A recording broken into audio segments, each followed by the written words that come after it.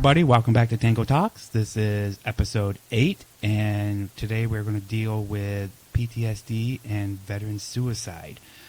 It is the 27th of May, 2025, and here we go with the show. I want to welcome our special guest, Marion Stark. She is a former Marine, and trust me when I say she can scare the pants off of you. I grew up with this girl, and lots of stories there. But we're going to talk about our subject today, and we're going to let her start off the show, and we will fill in behind her. Okay. Well, thank you, Wayne. You're welcome. Indeed. A lot of people these days associate PTSD with just the men and women coming back from the Gulf Wars. But believe it or not, PTSD goes way back, goes back centuries. And there's mentions of combat stress dating back to ancient Greece and Rome. There's mentions of nightmares and flashbacks, and they're all found in ancient Greek and Roman writings. So they actually documented it way back then. Way back then. But it wasn't called PTSD. Yeah. Then during the Civil War and World War I, it was called soldier's heart or irritable heart or shell shock. Okay. Yep, I've heard that. Okay. Yeah, we've heard And that then term. World War II, it morphed into combat stress reaction or battle fatigue. I've heard the battle fatigue Yes. before. Okay. Yeah. Believe it or not, Vietnam War played a big role in bringing PTSD to the forefront of a veteran's mental health and getting it researched and diagnosed. Now, as of 1980, the APA officially recognized PTSD as a mental health disorder. Now, just for our listeners, what does APA stand for? Oh, American Psychiatric Association. Gotcha. Thank you. Okay.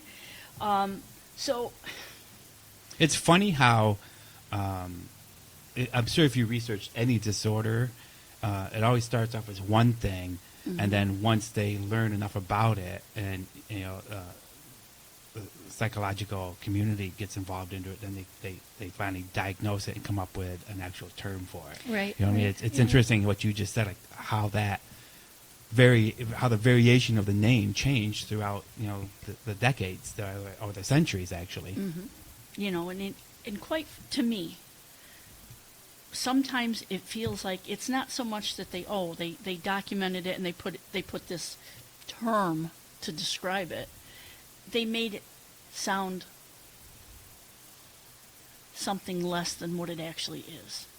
Okay? That's a common thing. And it's, to me, I don't care what bow you wrap it up into.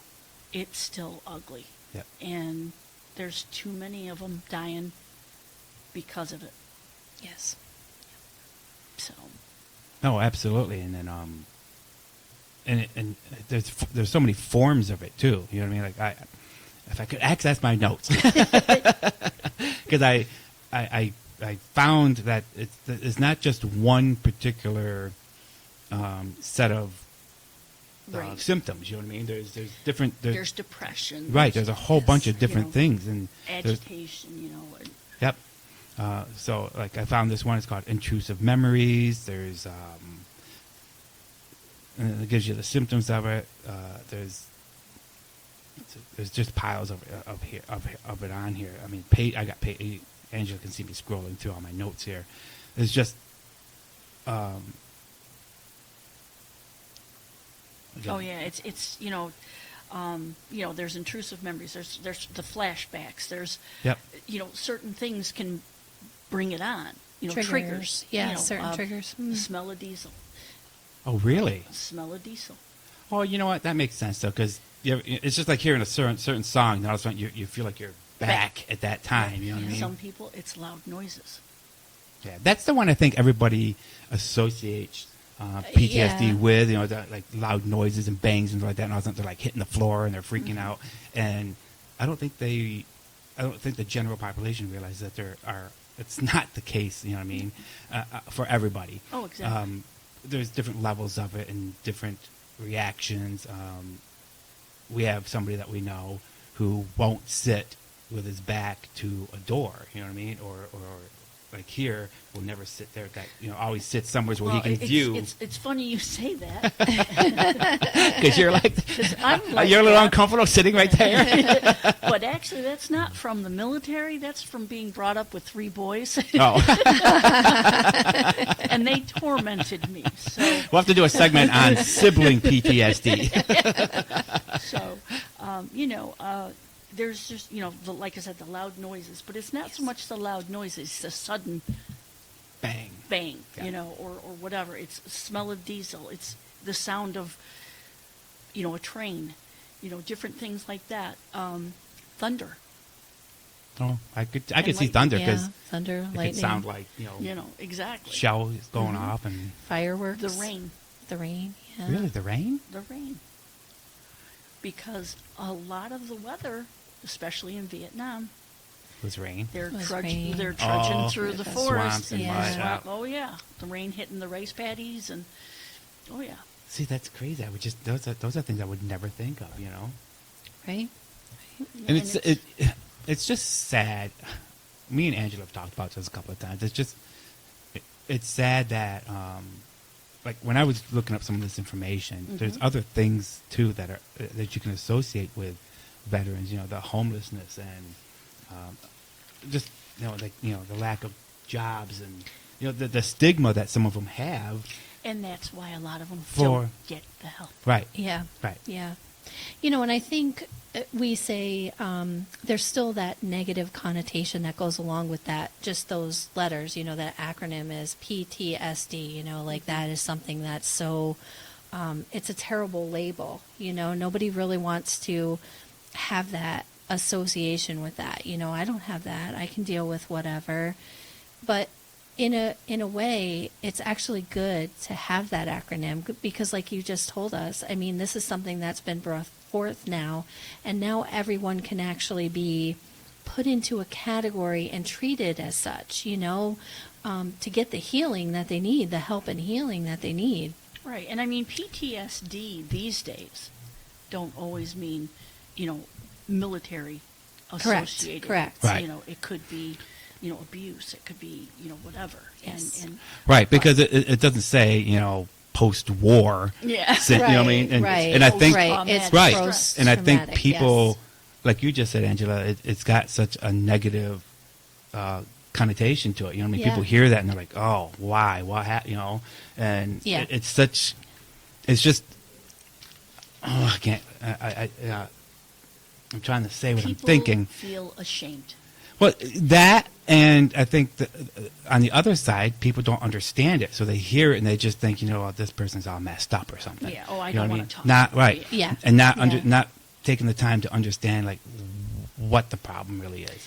Yeah, and I think on the other side of it too is just being somebody who's been diagnosed with PTSD.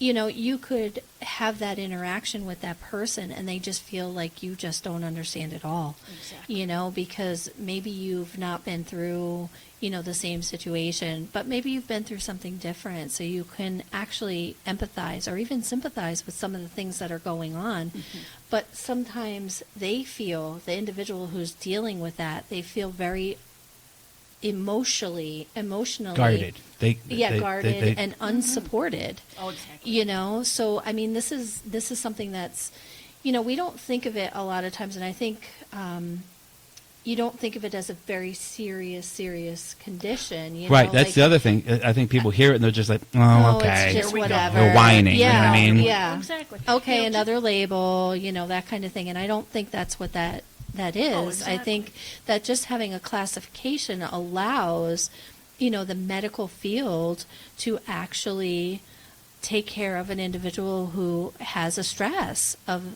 this stress disorder. Right. And right now, the VA needs to do more.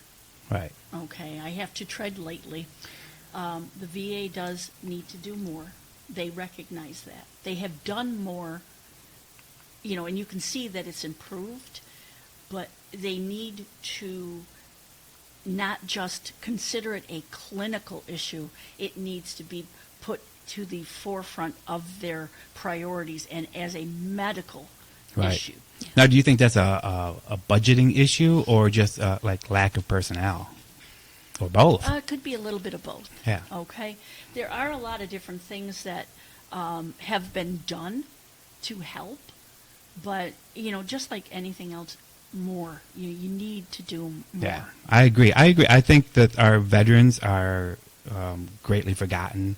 You know what I mean? And people take things like PTSD, as we've said already, that they take it too lightly. You know what I mean? Like, Yeah. you know what I mean? We don't. I mean, I don't know what the population split is as far as like how many military personnel there are. It's a funny thing you say that. You got that number, don't you? Well, this is from Oneida County. Okay. But I can tell you, this was a survey that was done between 2019 and 2023. Okay? The veteran population was 13,113. Wow. 10,559 were male, and 1,165 were female. Wow, that's a lot of people in just one county. Yeah. Oh, in yeah, one county. it is, Yeah. and that encompassed everything: World War II, Vietnam, Korea, and both Gulf Wars from 1990, and then the other Gulf War from 2001 to current. Correct. And what they're doing is 200,000 service members transition from the military to civilian life each year. And don't they say that that's the most stressful thing for them? It is. Because they go from a regimented day to now, okay, well, go out there and find a job. Well, and do it's not only that. It's they go from a job and a home and a family that they have grown to Yes. rely on. Yeah. And then it's all, have a nice all day. gone. you Yeah. know? Yeah. I mean, in less than 50% of the vets that transition get enrolled in any VA healthcare. Really? Yeah. Well, it's funny you say that because when my dad passed away last year, we were going through his records and we found that he'd never even tried to apply for anything. Yeah. He just kept saying, "Well, I don't qualify." It's like, well, how do you know if you don't try? You know what I mean? You got to at least fill out the applications and try because you don't know. Now they're doing these researches into like where did you serve all through your active life, active duty, because some of these bases were contaminated. Pamphlet. You know what I mean? So, and my dad, just never bothered to look into it. My uncle, he was having a lot of health problems, and he went to the VA. My dad's never been there. He's never gone to the VA. Now I don't know what his stigma was with it, but my uncle went, and they found that at one of the bases he was at, he was exposed to Agent Orange. There you go. So what they did is they had to pay him back for whatever, I think it was like 23 years at $3,000 a month, and he got it all in one lump chunk. And I kept telling my dad, like, you need to at least fill the paperwork. You might not get anything, but you won't know unless you try. And I think part of it, and I am not in any way knocking the military or the administration that goes with separating, Right. soldiers into the civilian life. But I think it's like they have a sheet, and you check this off, check this off, check this off. Okay, you're done. Here's your ticket home. Goodbye. Right. But it's estimated that 41% of the veterans these days are in need of some form of mental health, and they don't get it. Well, I understand the whole stigma about not going. It took me years and years and years. It wasn't until my parents got deep into health issues that I was feeling some guilt and stuff like that. So, but even when in past relationships, I have a lady that I talk to all the time, and I call her up, and it helps. You know what I mean? The only thing that drives me crazy though with psychologists, and I'm not knocking them, but they never really tell you anything. No, it's all right. They make you think about it and figure it out on your own, which I guess is the best way. But I know for me, sometimes I'm like, can you just tell me yes or no? That's all I want to know. And she's like, well, what do you think you should do? It's like, that's not what I want. But I understand the stigma because it took me years, it took me decades to go and seek help. You know what I mean? And it does help. Just I think. For me, anyways, having someone non-biased that doesn't know your family history, doesn't know anybody but you, Right. that you could talk to, and knowing that it's secure, you know what I mean, and they're not going to be gossiping about it and stuff like that. Judgment-free zone. Judgment-free zone. Right. Yeah. I think one of the things too, and I see this, well, I'm a military wife, so I have a little bit of insight on these things. But I think... Oh, she's one of those. I'm one of those. I think it's that whole mentality. You're all trained a certain way to face some bad situations, and to... It's not always an easy anything for you, I mean, everything's a rough road altogether. And I think you just have to find some way within you to just be strong and not have any type of a reaction to anything, and just be, straight faced, and you're not supposed to seek anything out. Just grin and bear it. It's almost done. You've got a job to do it, and that's the end of it. God, that sounds like my upbringing. Right? I'll confess to that. I know that. Yeah, You do. I'll agree with her. You do. You just grin and bear it, and you come to terms with it, and you achieve whatever the mission is, whatever the goal is. That's what your objective is to achieve those things. So now you come back home, and everybody's saying to you, okay, you should really get some help. You should really get some help. Well, and I think that's the last thing anybody wants to hear. Yeah. You don't want your friends and family telling you, you need to go seek some help. You should Yeah. really But get something. sometimes you got to listen to them. You know what I Yeah, mean? yeah. If you But- have enough people telling you something, Just like Marion was saying, though, I mean, you have a family that you're so close knit with because you're together on your deployments, and you're spending years at And you're a trusting time, each other. or months and years at a time, and you're trusting each other, and that you've all got each other's backs. Exactly. So then you come home and you go to the grocery store with your wife, and your wife is not military trained, but you have to make sure that you take care of the situation at home now. So there's 15 exits, and there's 4 ways in, and there's above you, there's yeah. I've this, seen people that, do the that other where they thing. walk in and they're Yeah. they're looking around. It's like, okay, there's a door there, there's a door there, there's a door there. I still do that. Yeah, I'm sure you Okay. do. I had a friend well, it's been a few years, a couple years. And it was the first time I'd ever been in a casino. And I'm walking through, and I'm looking up, and I'm checking corners, Cameras. everything. And they're like, what are you doing? I said, well, somebody could perch up there. And, and they're like, are you nuts? No, I'm not. That's just what, and I never take the same way home, because we were always trained, you do not have a pattern, Yep. Yeah. So, Yeah. My husband's brother is the same way. He always tells us, don't ever drive over anything in the road. Even if it's just a McDonald's bag, don't drive Don't over do it. Yeah. I'm like, what? Yeah. But there's a reason for it. You know what I mean? They used to hide bombs and artillery stuff in the road. And, yeah, IEDs Yeah, and stuff. IEDs. Yep. No, as I was saying, I got this is an unfair advantage. You two know all the little technical terms. I'm just like, yeah, the bombs in the road. That's what they did. You guys, yeah, this is what it's called. well, I could teach you. No. I barely remember how I get to work sometimes, okay? I just show up there, it's like, did I drive here?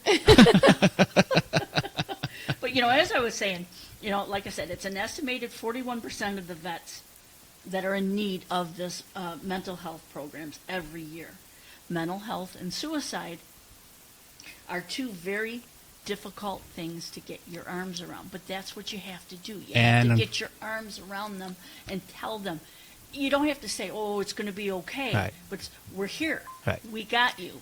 You know, Yeah. we got your And back. unfortunately, those two things go hand in hand. Yes, You know they what I do, mean? because, you know, a study found that veterans are most vulnerable to suicide within the first 3 months after being separated from the military. She's answering all the questions I had. I remember some of know, these. I I remember know. some of these. Like, oh yeah, we're going to ask this, but you're doing awesome. You've got all the answers to the questions. I don't even have to ask them. Yeah, well, I'm anticipating. Welcome to the new host of Tango Talks, Marion. And for my next trick. But, you know, but the thing is, suicide still remains, the risk for it anyway, remains elevated for years. And sometimes that it takes them no matter what. Now, back in 17 October 2020, Donald Trump signed into law the Commander John Scott Hannon Veterans Mental Health Care Improvement Act. And what that did, it is expanded mental health options for vets through grant programs and suicide prevention programs, especially in underserved areas. The Hansen Act was inspired by the service of Commander John Scott Hannon, who retired after a decorated 23-year run in the military. Wow. Okay, he was with the Navy SEALs, and he died by suicide. 25 February 2018, he was only 46 years old. Oh, so sad. Sad.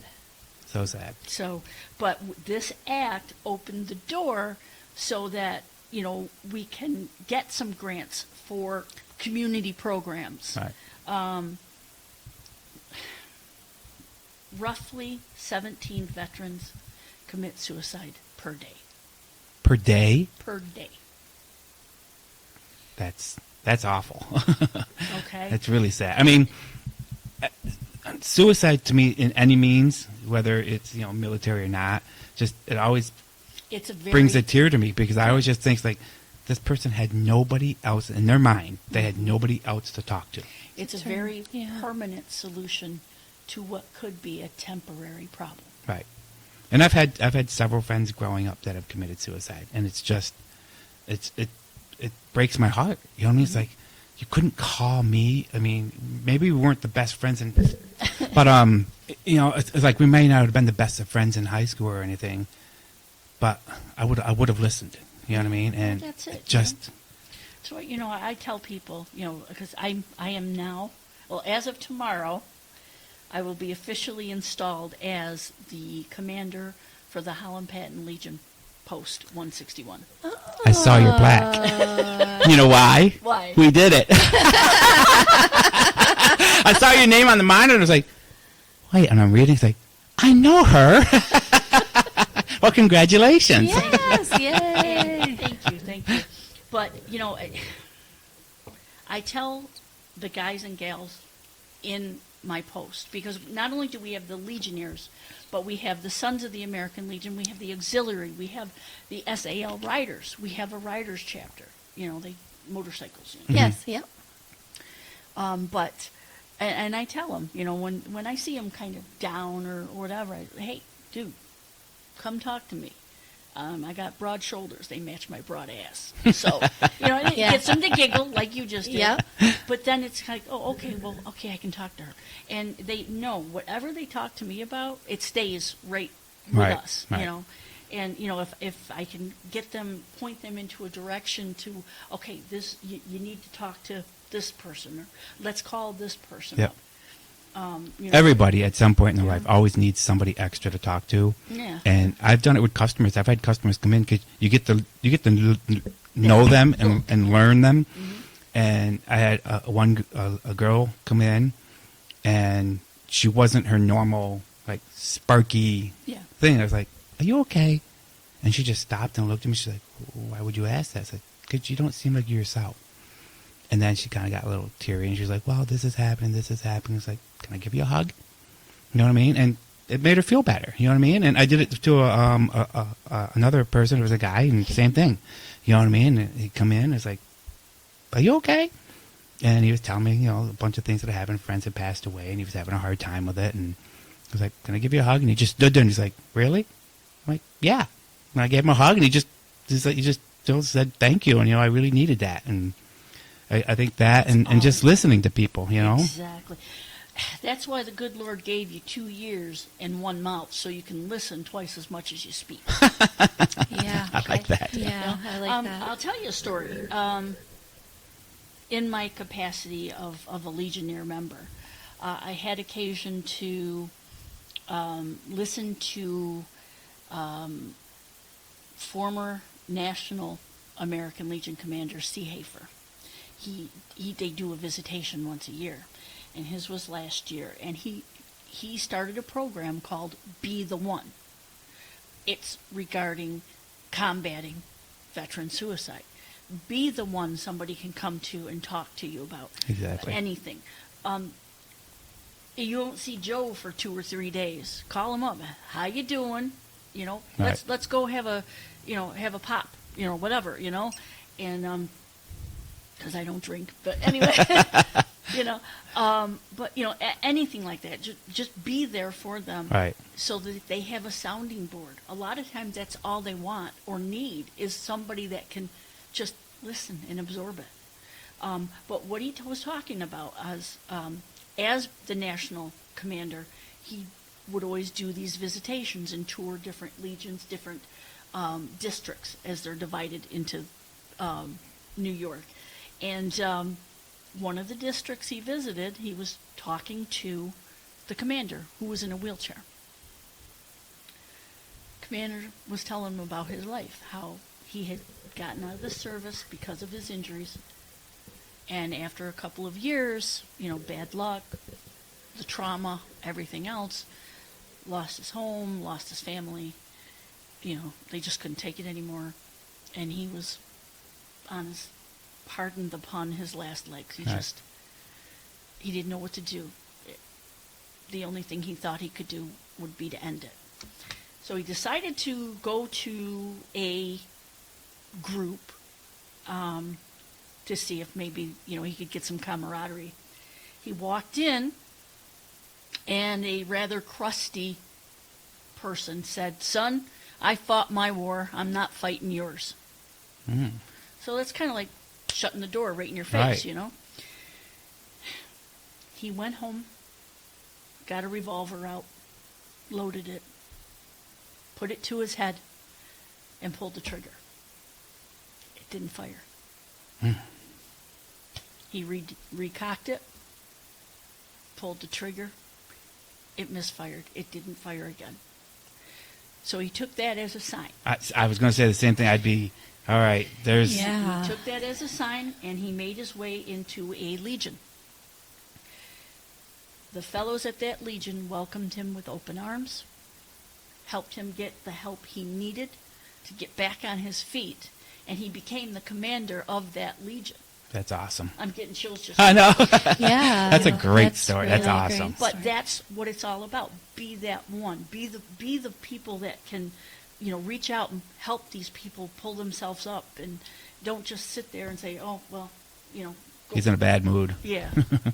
We've been in a bad mood for 40 years. Yeah. Yeah. But yeah, no, it's just so important to be cognizant of the people around you. Oh, absolutely. And I think the problem is we all get so wrapped up in our own lives mm-hmm. that we don't pay attention to what's happening around us. You know what I mean? And it could be anybody. Yeah. You know what I mean? And Yeah. could be the dude in front of you that's taking too long at the counter, Yep. but it's him, and you need to just reach out and say, "Hey, I got you. We can get through this together." Right. And the more that we press our congressmen, our senators, anybody, hey, this needs to be funded. You need to fund these programs for these people. I agree. you Yeah. know?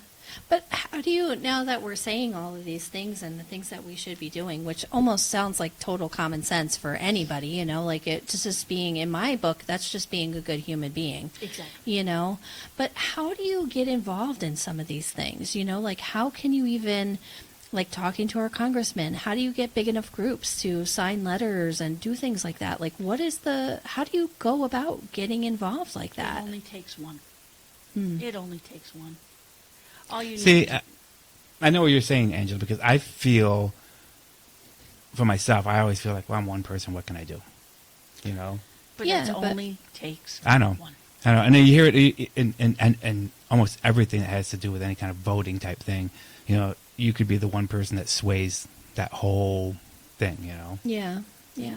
You know, and it's the truth. But I mean, you know, you can look at your local. A lot of times, your towns have meetings. Your Yeah, counties yep. have meetings. Go to them. Get involved that way on a more base level. You know, go to your school board and listen to the meetings there for different things. But for this, reach out to the veterans organizations in the area, the VFW, the Legion, you know, and we can definitely point you. If we can't help you ourselves, we are definitely going to point you in the right direction. If it's okay, I would like to give the name of our Oneida County Legion service officer.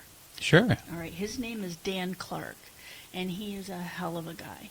He's very intense, and this is one of his babies. This is one of his pets. He wants people to get the help they need.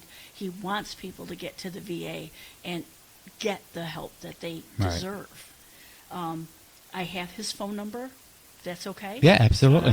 315-796-4247. Perfect. Okay, we're going to take a little break here, and we'll be right back.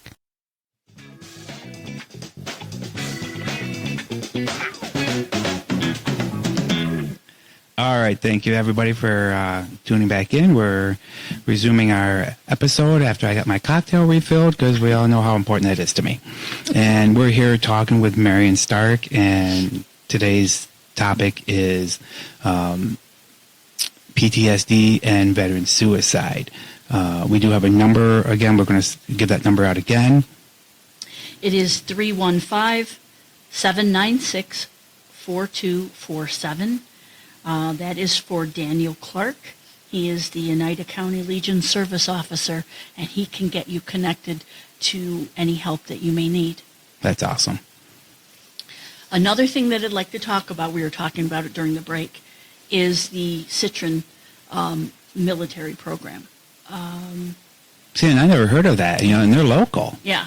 And, well, it's run by Jackie Warmuth, who is a goddess.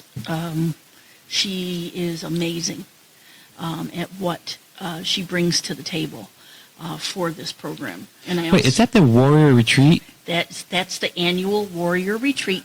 But this program, all right, the military program, it's an everyday thing. Right. All right. The Warrior Retreat is once a year where they go and they go to cabins, they fish, they paint rocks, they tell stories, they, Right. Whatever. I just realized why I remember her name. We print their shirts. I was like, why do I know this Warrior Retreat and that name? Yep. And that's why. Yeah. And I'll tell you, I had the good fortune of, again, through my Legion affiliation, to serve lunch at the Warrior Retreat last year. That's awesome. And just to see these folks lean on each other and support each other, knowing that that's okay. Sometimes It's okay to be vulnerable. it's okay. Well, contrary Not to saying weak, but vulnerable. there you go. Okay. Sometimes you can't be the strong one.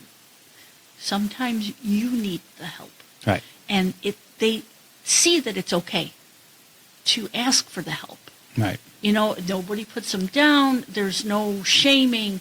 And that's what a big piece of people not getting the help is because they're ashamed. They weren't brought up that way. Right. Don't cry. That's a sign of weakness. That's another episode we can talk about. Okay. Well, I think, Yeah. that one, Yeah. just chin up, Right. and to see them be able to put their arms around each other and say, okay, come on, I got you, brother. We're good. Right. It's amazing. It really is amazing. And you leave that day thinking, I can tell it means a lot to you. I can see the emotion on your face, you know what I mean? Yeah. And it's near and dear to my heart. right.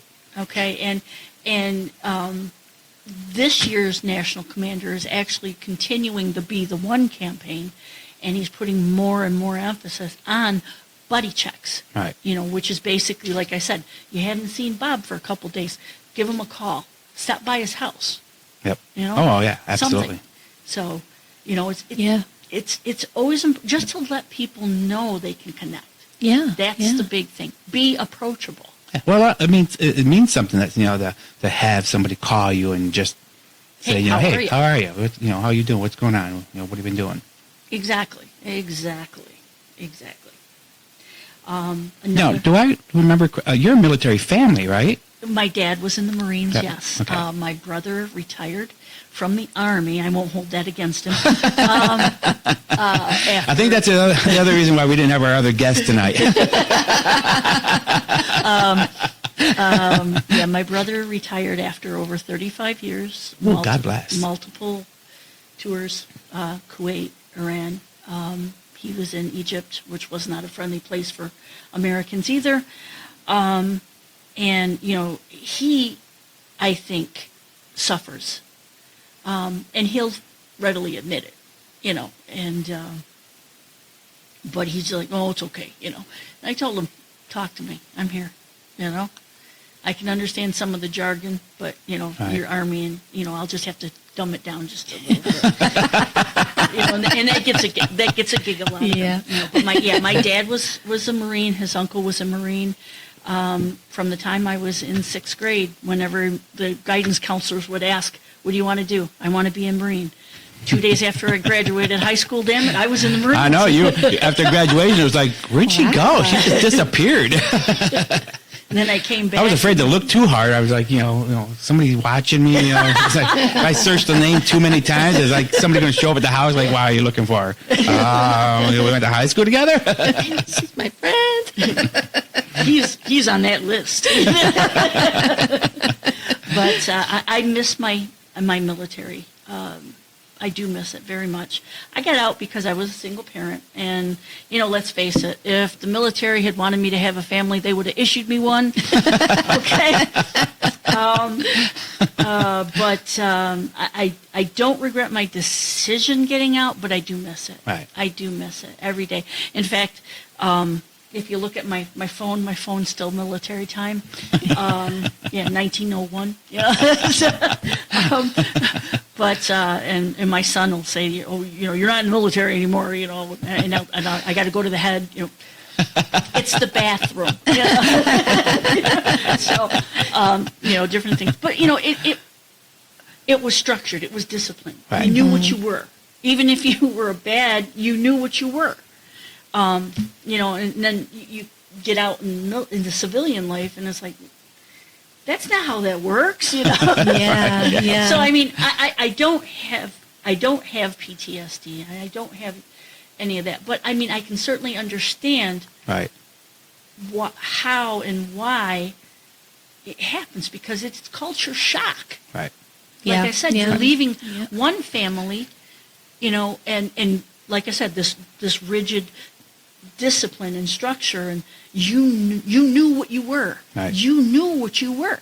But not only that, but nobody can understand what any of these people have gone through and seen unless they're in their shoes. Unless you've done or it, next to yeah. them. You know what I mean? Like we can, you know more than I do, Angela, but like I can sit here and talk about it all day long and sympathize and try to understand, but obviously I wasn't there. I don't know what you saw, you know what I mean? And I know we have a lot of high school friends that are in the military.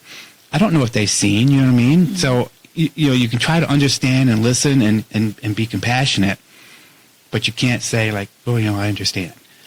But the thing is, it's not so much sympathizing, Wayne. It's empathizing. Oh, Okay. yeah. Yeah, okay. like All right, putting empathize. Just say, hey, talk to me. And like you said, you can't say, oh, I know how you feel. Right. Because you don't. But you can say, well, let's hear some more, Right. and not so much I understand, but I'm listening. Yep. And that's a big thing. I'm listening. I agree. So, one of the other issues, I don't know if it's a byproduct of, the mental illness or just, the separation anxiety, after you transition from military, is homelessness. Yeah. And it seems it goes hand in hand a lot of times. Yeah, and that's what I mentioned in the beginning there. It's just sad that to me, it's heartbreaking that any military person doesn't have a home. There should be no excuse for that. Mm-hmm. You know what I mean? Or food. Or food. Or food, Right. yeah. You know what I mean? They should be regarded as our most precious commodity. You know what I mean? They went and did things that most of us couldn't do. Couldn't. You know what I mean? Wouldn't. Or wouldn't, right? You know what I mean? So, I don't know. It just bothers me when I see those statistics about, how many, and I had them.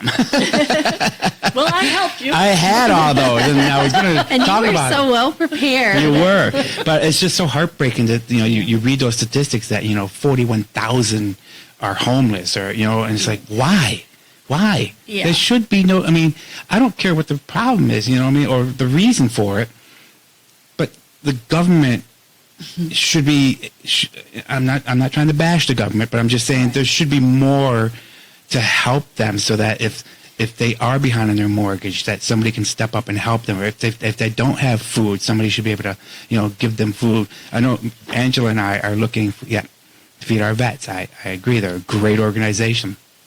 And we've been doing stuff and sponsoring them for probably the last 7 to 10 years.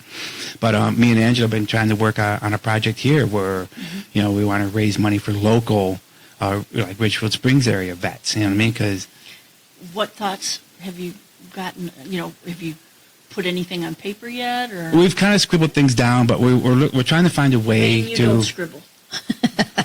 What do you mean I don't scribble? You don't scribble.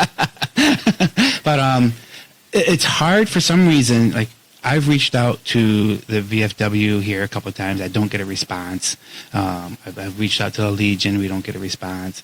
And we're trying to bring awareness to it, small locally. You know what I mean? Mm-hmm. But it's just hard to get going with it. What ways were you planning on doing this? I mean, just like we talked a about. cornhole tournament? Yeah, like dinners, anything like that, especially like in the winter months, because the winter months are so long around here. And if you have all but to think, these are when those thoughts are going through your head, right. Mm-hmm. So if there was a way to have an interaction, like you said, a cornhole tournament, a pool tournament, darts, whatever the case may be, dinners. A sock hop, anything like that. It'd be fun things to get people together. Because we wanted to raise money and like we talked before, like if they needed food or if they needed something done on their house, maybe some painting or cleaning or mowing or, just do that. I can't remember if that was in New York State or another state, but they would raise money. I remember the World War II vet house, the porch or something was in terrible disrepair. And they raised the money, and they showed up at his house on a weekend and redid his whole porch. Redid the porch, yeah. Yeah, see, that's the kind of stuff we want to do. And if anybody out there, has any ideas to help us out, and I'm not just talking Richfield Springs, just in general, if they have ideas on how to, raise some funds and help out local heroes in your town, even, give us a shout out at 315-801-9655. You can call before, during, or after the show, and we'd be glad to, talk it over with you, refer you to some people. We'd really... Me and Angela talked about this a lot, actually, a couple of times. Yeah, and we just want to give something back. You know what I mean? These people gave so much to us to have what we have. Mm-hmm. And we just want to give something back. You know what I mean? And even if it's just something simple, helping, cleaning up the yard, mowing, whatever. You know what I mean? Sometimes those simple things. That's it. It's little steps. Little steps. Well, it's like we just celebrated Memorial Day yesterday. Right. Memorial Day is for those vets that died in service of our country. They didn't plan to die. Right. They didn't volunteer to die. They volunteered to do a job. And if dying was part of it, they did it. Right. You know what I mean? And then you have Veterans Day, which celebrates us living veterans in November.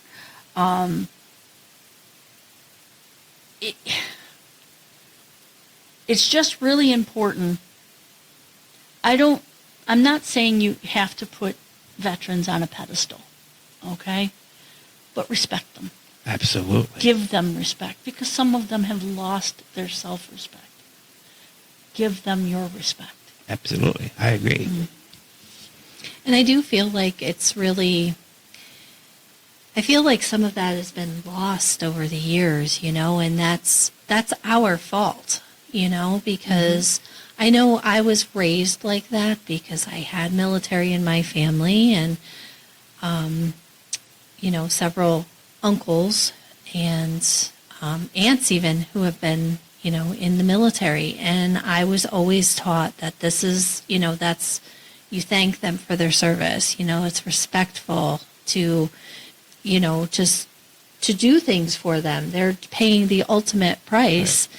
They make the sacrifices. They're not, you know, they miss the birthday parties. They miss the graduation ceremonies. They miss the weddings. Yeah, the all deaths. of it. The deaths. You know, and that's a really, you know, we take a lot of things for granted, you know, and until you're actually in it, you don't realize the ultimate sacrifices that. Right. And I think a lot of that, like what you just said, I think a lot of that probably plays into their, you know, their thoughts. You know what I mean? You come back home and, you know, you find out, you know, so many people in your family passed away and you missed graduations and births and, you know, wedding, you know, there's a lot that you miss, you know, especially when you do these long terms where you're, sometimes you're gone for 2 or 3 years. You know what I mean? Yep. You know, my aunt retired a full bird colonel from the Army. Really? She was a nurse. Yeah, she did 2 or 3 tours over in Iraq. Mm-hmm. You know, and she just said, you know, what I missed, you know, because, you know, her, at the time, her son, my cousin, was fighting cancer. Mm. You know, and, you know, she was retired and had some years with him, you know, before he passed. Right. But I mean, all the time that she missed Before that. you Yeah. know, Yeah. it's I mean, it takes a toll. It really does. Really And, does. you know, I just can't say enough. Like you know, what's that? You know, me and Angela talk about it a lot. You know, like what can we do? And you know, and I think what was it? We 3 or talk 4 about years it. ago, we took your husband out for Veterans Day, Oh, yeah. and he when was we just started. so shocked, and I thought he was gonna like tear up because nobody's ever done that for him. You know what I mean? They didn't make such a, you know, like we're going to take you out to, you know, let's go down to Omegang and have a couple of brews and stuff like that, and it made him feel good. I think. Yeah, You know, I yeah. think he had Well, a good you know, time, and right, because, you know, again, I'm going to go back to Vietnam. Okay? Those boys, most of them were poorer boys because the rich ones, right, you know. But anyways, you know, they fought a war they didn't understand. And when they came back, they were treated like dirt. So poorly. Yeah. You know, now my father was a Korean War veteran. And even then, he remembers there were signs that said service members and dogs keep off the grass. what? Yeah, on people's yards. I mean, Who would do such a thing? people that did not respect the military. I just- or I think what it is they didn't like the government's position. So rather than go to the source, Right. you know, they're taking it out on the workers. on the workers. Yeah. And quite frankly, if the government would say, okay, military, this is what we need you to do. Get back to us when you're done. And then stay out of it. Okay? Stay out of it. You know, just let us know what you need, Right. you know, but stay out of it. It would get done a lot quicker and a lot more efficient. Now you sound like my husband when we're watching movies. It's like, if I wrote this show, it'd be over in 10 minutes. Well, it's like, well, you got to have some filler in there. And he's like, no, you don't. You need this, and we're done. In the beginning, So, if he had my husband run the next war, it'll be over in 10 days. We're going to do this, and this, and we're going to be out of there. Okay, let's go. well, that's it. But and another thing I think is that a lot of your military veterans feel disrespected by the government. Yes. Because I think they feel like they're being viewed as throwaway parts. Yeah. Well, especially like you said during the Korean and Vietnam War and stuff. Mm-hmm. Those wars that they were very unpopular. Yeah. Yeah. But yeah. And, that's the thing, too. I think, and you brought up a really good point with that. They feel like they're just throwaway, but they're not opinions that they want to express. Like that's not something that they want to just come right out and say. Right. She's feeling sorry for herself. Yeah. Yeah. Exactly.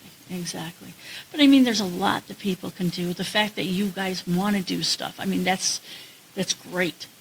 Let's get it done. Right. And if I can help, let me know. We'll keep you on the list. Yeah, we certainly will. All right. I just feel the highest respect for military people because I mean, for me, they're doing stuff that I know. Then why did it take me going away and coming back in a uniform for you to respect me? Well, I'm not saying I do now. I mean, there's a limit to how far that respect can go. Knowing each other for a long, long time, we put each other through a lot of shit. Yes, we have. So, yeah. But no, I do respect you for that. Absolutely, because, I mean, and I'm proud that there were so many people from our class that went and served, you know what I mean? And they've done great things with their lives afterwards, Absolutely. So, I just, your husband, I have great respect for him, for doing, like I said, things that most people just can't or won't do. And being a military wife is not easy either.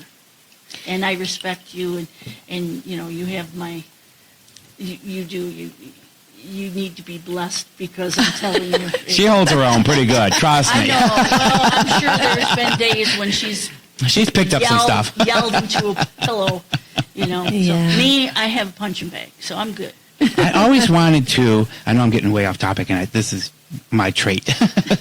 But when I first bought my business, I had this closet off to the side, and I wanted to have it padded. So after I got done with a bad customer, I just wanted to go in and just thrash myself about for like 20 minutes, you know what I mean? And I could bounce off the walls and come back up and be like, okay, what's next? I think everybody should have one in their house, you know what I mean? Again, I have a punching bag. I have a 100-pound punching bag, and actually the gloves are in the car. We can go around if you want. No, I'll pass. I grew up fearing you, so you know what? Again, off topic, but who I had a similar conversation with at the reunion was Alice Busick. Oh my Alice goodness, Beer. But I walked right up to her and she. I don't remember who walked up to who, but I think I walked up to her and we started talking and I said, I was so afraid of you on the bus. And she was like, what? I'm like, yeah, you just scared the piss out of me all the time. I was afraid to talk to you, sit next to you. You just looked like you would just like spit nails at people. And she was like, well, I'm sorry. I'm just not a morning person. She was so sweet, and we've chatted back and forth a couple of times on Facebook and stuff like that. But it's, one of those illusions you have in their head about somebody, and I just like never talked to her. I was just like, I'm so afraid of you. Oh my goodness. Well, she did have that look, but she was a nice person. Yeah, she was. Well, I want to thank you again for coming in and taking over the show.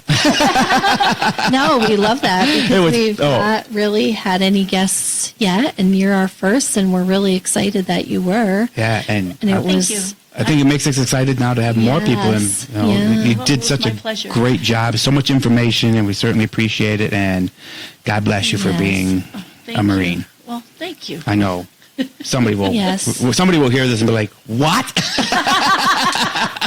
Just like you did with your brother. But